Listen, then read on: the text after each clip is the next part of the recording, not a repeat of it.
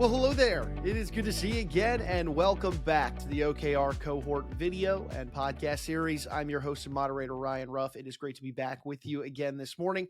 And as always, we have the stars of our show in Miss Denise Canfield and Mr. Nazar Koja, the co-founders of OKR Cohort. And on this show, we're going to be tackling another big challenge that's facing so many organizational leaders and thought leaders out there in today's business world. And we're going to be really talking through a specific solution that'll cut right through the challenge at hand today, and why it's a solution, how it works as a solution, and then how, of course, it can be implemented for you and your business. So first and foremost, let's go ahead and bring Nazar and Denise out before we get right into the heart of the conversation. Nazar, Denise, it's good to see you this morning. How are you both doing? Hi, Ryan. Good to see you too. Good morning, Ryan. Great to see you this morning. Doing awesome. Yeah, always good to be back with you guys. Excited about today's topic. This is a good one, and boy, is it becoming just such a prevalent topic these days with customer service, customer experience at the top of mind. So, Nazar, why don't you frame things up? Paint the picture for us here today. What is this big challenge that you're seeing so many organizations, dealing with? Thank you, Ryan. The challenge we are talking about today is that a customer don't receive products that truly deliver in value based on their needs.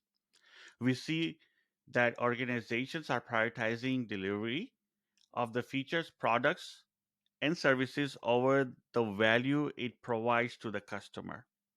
They're only focused on getting it done rather than listening and understanding their customers. Yeah, prioritizing delivery over that idea of really providing value. I'm sure so many members out there in our audience can relate to this issue in some way, shape, or form. Denise, frame it up to us. Let's dive a little bit deeper here. What's the why? Why would you say this is such a problem in the first place? That's the heart of it, right, Ryan? When customers aren't receiving the products they expect or the services they expect, it has a variety of implications.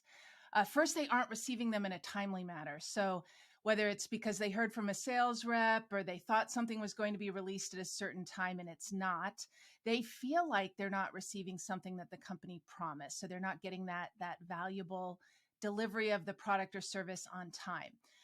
In the customer's eyes, they see the delivery of new features, products, and services that they can't use for their own purpose as a delivery of the wrong thing. So the company thinks it's delivering the right thing, and the customer feels like they're not being heard and they're getting the wrong thing.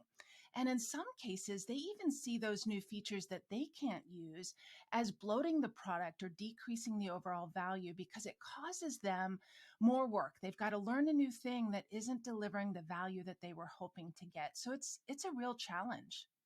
Yeah, not absolutely. And Nazar, as we typically like to do on the show, we love to talk about the ripple effect, right? Because every challenge, every problem that faces an organization will always have a ripple effect. It'll touch the different, the customers, the employees. It'll touch different parts of an organization. So talk to us. What is this big ripple effect, and what do you see it doing to the lives of the people involved in the organization as a whole?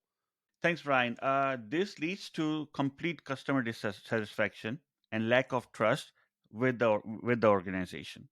So we see customers canceling products and services or leaving the organization entirely. The bleeding of customers is noticed in the market, and the word gets out, so it's harder to sign with new customers. Denise, what you have noticed inside companies when this occurs? Yeah, obviously customers are impacted, Nazar, but employees are also impacted, right? Especially in this case, your customer facing employees, like your sales teams. And they end up getting discouraged and leaving the organization because the product and services they sold weren't being delivered to their customers. And they have really tight relationships with their customers. So overall, this leads to a lack of trust within their organization. They start to not believe what they're being told about products and services that will be delivered. So it's that whole roadmap confidence issue that our salespeople have to deal with. And they are out there on the front line, so they feel like it's their personal reputation, not just the company reputation, but it's their personal reputation that's being damaged because they are the face of the organization. It was their word that got the customer to sign up. And when we are unable to deliver the value that that customer is looking for, they feel like they're personally letting people down. And it's not just the employees, right? It's your leaders, it's your managers within the organization. This happens because those leaders are suddenly pulled into firefight and keep customers from leaving, right? They're going on sales calls to justify issues or decisions being made. They have to help close tougher deals or promise future deliveries. And so they're not there to help their employees. So there's this avalanche of a lack of confidence from the outside in that's impacting both employees and leaders and really causing them to leave, right? You're bleeding your talent.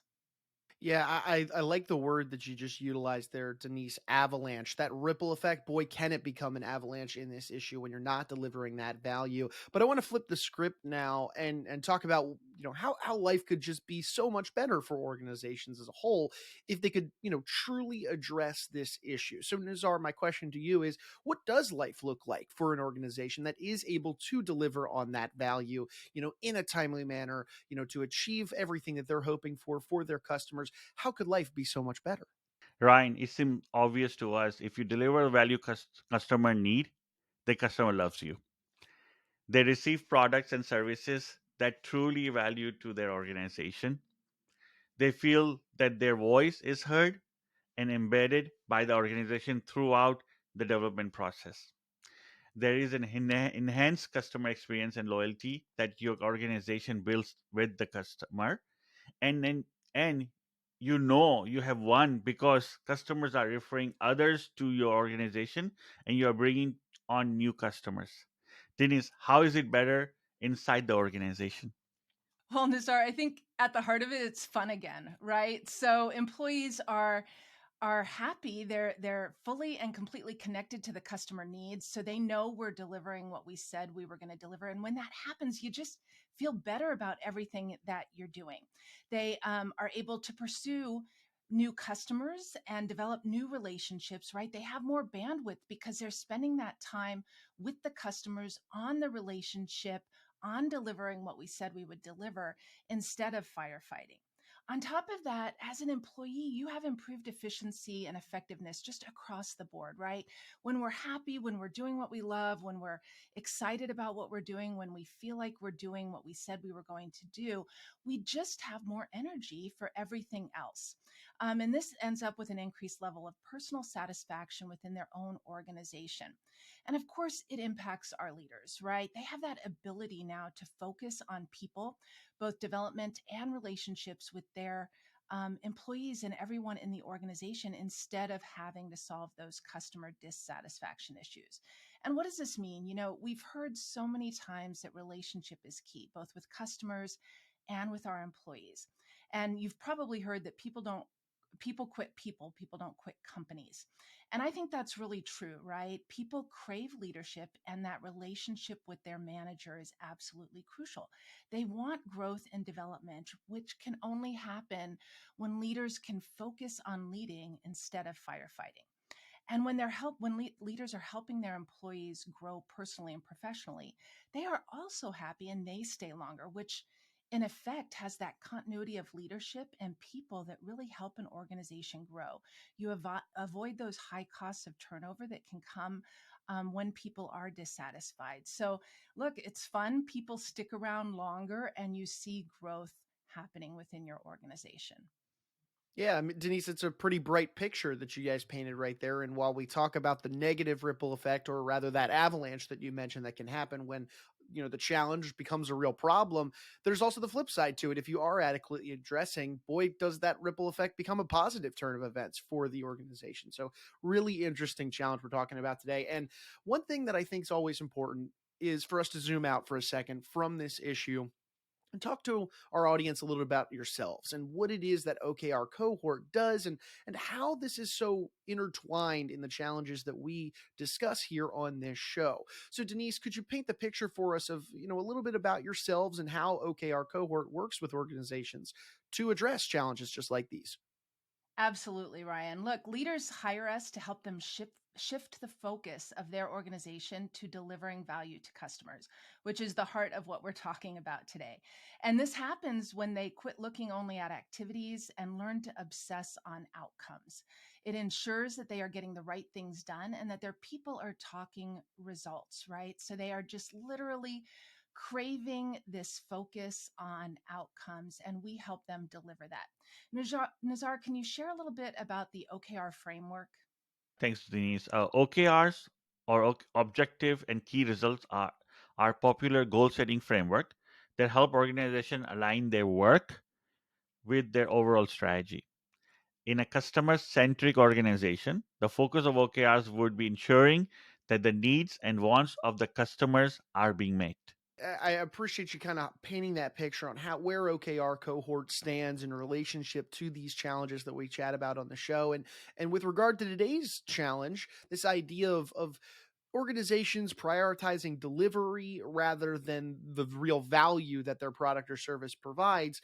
I understand you guys have a solution, a lesson, if you will, that you want to share with our audience today on how they can charge right through this challenge to make sure they do, in fact, provide that value to their customers. Nazar, what do you have for us today? What could organizations be utilizing out there? So, Ryan, I'm going to talk about the 7 steps that we usually recommend people to use to make the customer centricity to live through OKRs, right? So, your first start by identifying the specific customer needs and pain points that your organization looking to address. Applying some design thinking methodology or customer uh, data analytics on those. Then, using those insights, you need to set clear and measurable OKRs that align with your organization overall strategy and goals. You would develop customer based key results that are specific, measurable, achievable, and relevant to customer needs and time bound. Right? Very important part is it needs to be time bound so you can test and learn at that time to help track progress towards achieving your customer centric goals. Using a lean startup approach, it's one of the approach that we are test and learn uh, approach. You would quickly develop and test solution to address your customer needs through build, measure, and learn steps. Build the product, measure the impact, learn to ideate on product. They are the 3 steps I usually take within the lean startup. This can involve creating minimum viable product, which is MVP in short we call it, that offers the core features and functionality need to solve the customer problem, and then iterating based on feedback from real users. The fifth one is more of ensure to engage with customer throughout the incremental development process to gather feedback and insights and use this information to refine and improve your MVP.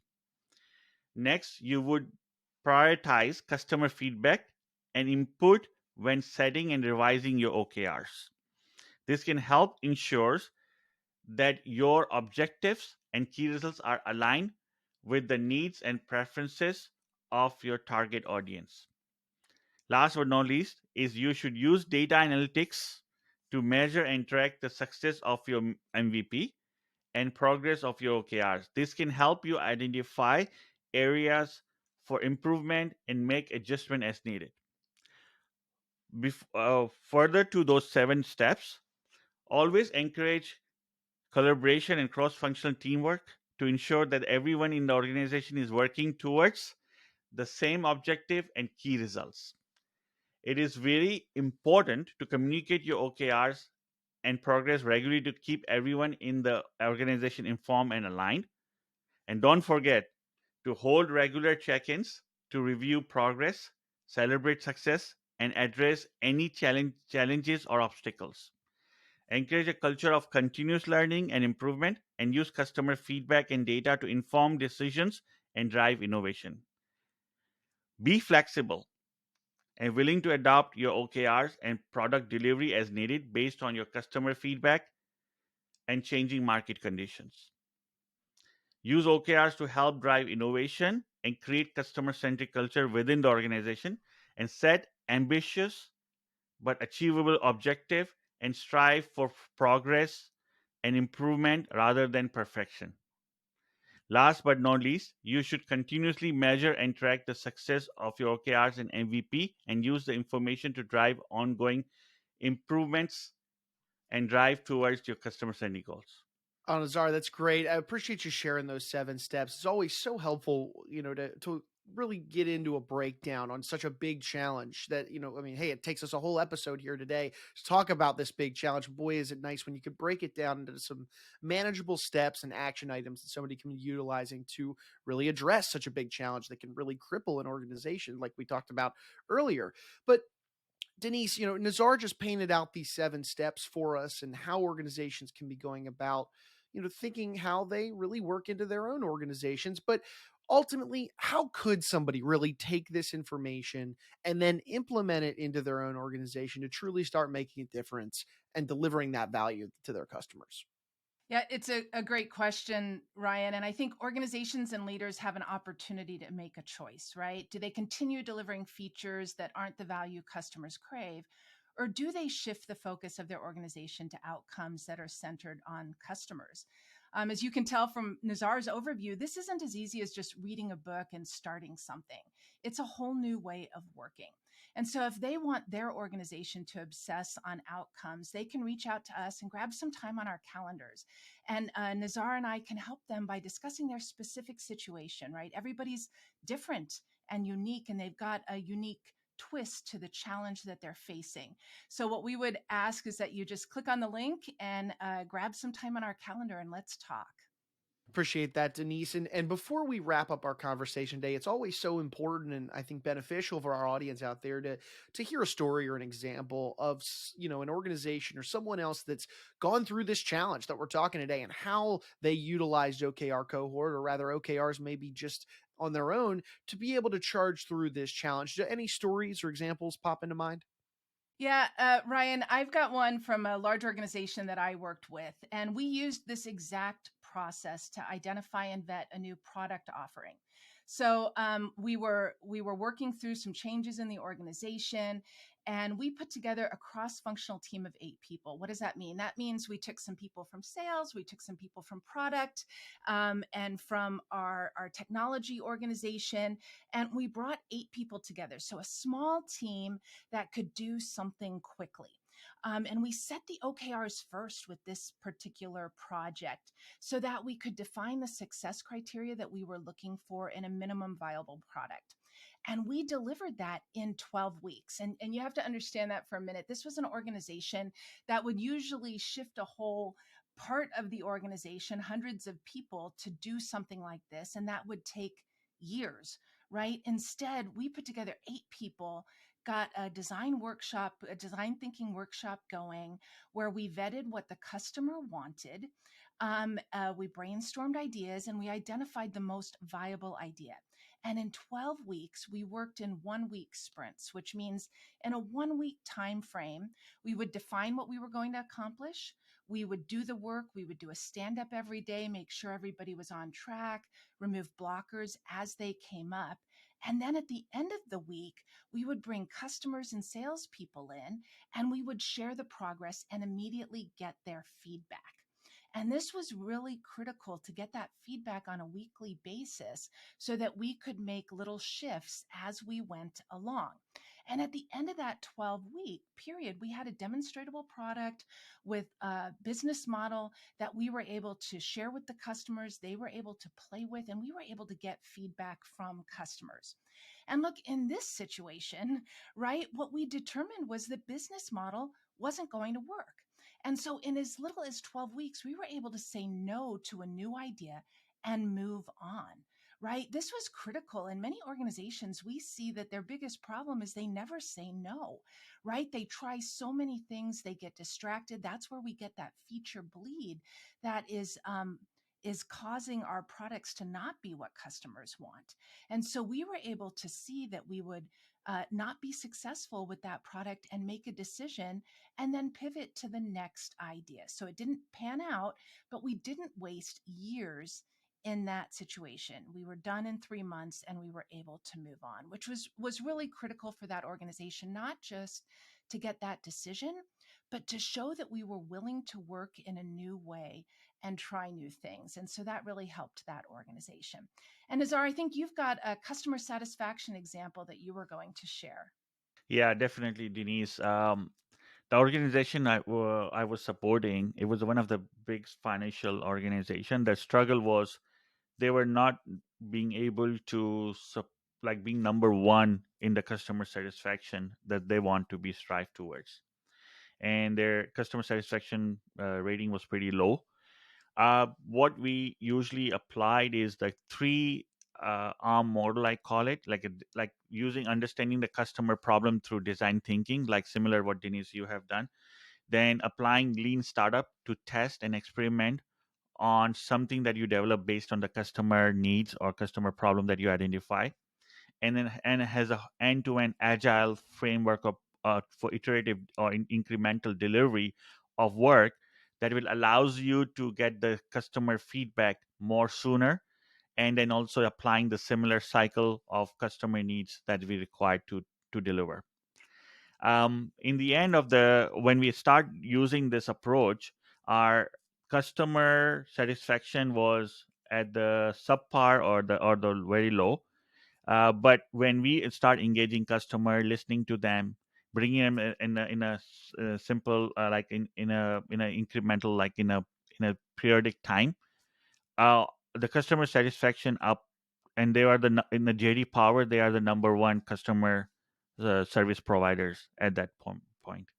Wow. I mean, two really strong examples there from an efficiency standpoint. And then, of course, the customer experience side on the back end. Guys, thank you for sharing those. They're always, I love always hearing, the great stories of how some of these organizations are implementing solutions that we're bringing in here to the show to see a real change and to address this challenge at hand. And, before we say goodbye, one final time, again, Denise, for anybody out there that is interested in leaning on, your team's help, OKR Cohort's help to address, whether it's this challenge of, prioritizing, quantity of delivery or time of delivery over the value it truly provides, or any other organizational challenge at a whole, what is the best way they could get in touch with you and your team? Yeah, Ryan, we've talked about a lot of issues over these podcasts, and this one is near and dear to our heart because it does speak to the value customers crave. And so if someone's looking to make a change in their organization and get focused on the customer and the outcomes that you deliver, the best way to engage with us is just to click the link below and grab time on our calendars. That is essentially what our best approach, so that we can have a conversation and learn about your specific problem and help you understand how OKRs can solve that issue. Fantastic. Well, Nazar and Denise, I know you've got a lot of clients to serve. We will let you get back to doing that, but I appreciate you carving some time out of your day to jump on to talk about such a big issue that, of course, is facing so many organizations in different ways, shapes, and forms out there. And looking forward to being back with you on the next one. Thank you, Ryan, for having us. Great chatting with you today, Ryan. Thanks so much. Of course. And hey, look, we want to take one final moment, as always, and thank you guys, our audience, for jumping on board and being with us here on the show today. If you did take anything away from today's conversation, you benefited from it, go ahead and hit that like button or subscribe to the show on whichever platform you checked us out on today. That way you never miss out on a future episode where Denise, Nazar, and I, we unpack this unique challenge that faces so many organizations out there and provide solutions that can help you and your organization charge right through them. But for Denise, for Nazar, I'm Ryan. We're going to go ahead and say so long today, but we appreciate you stopping by and spending time with us on the OKR Cohort video and podcast series.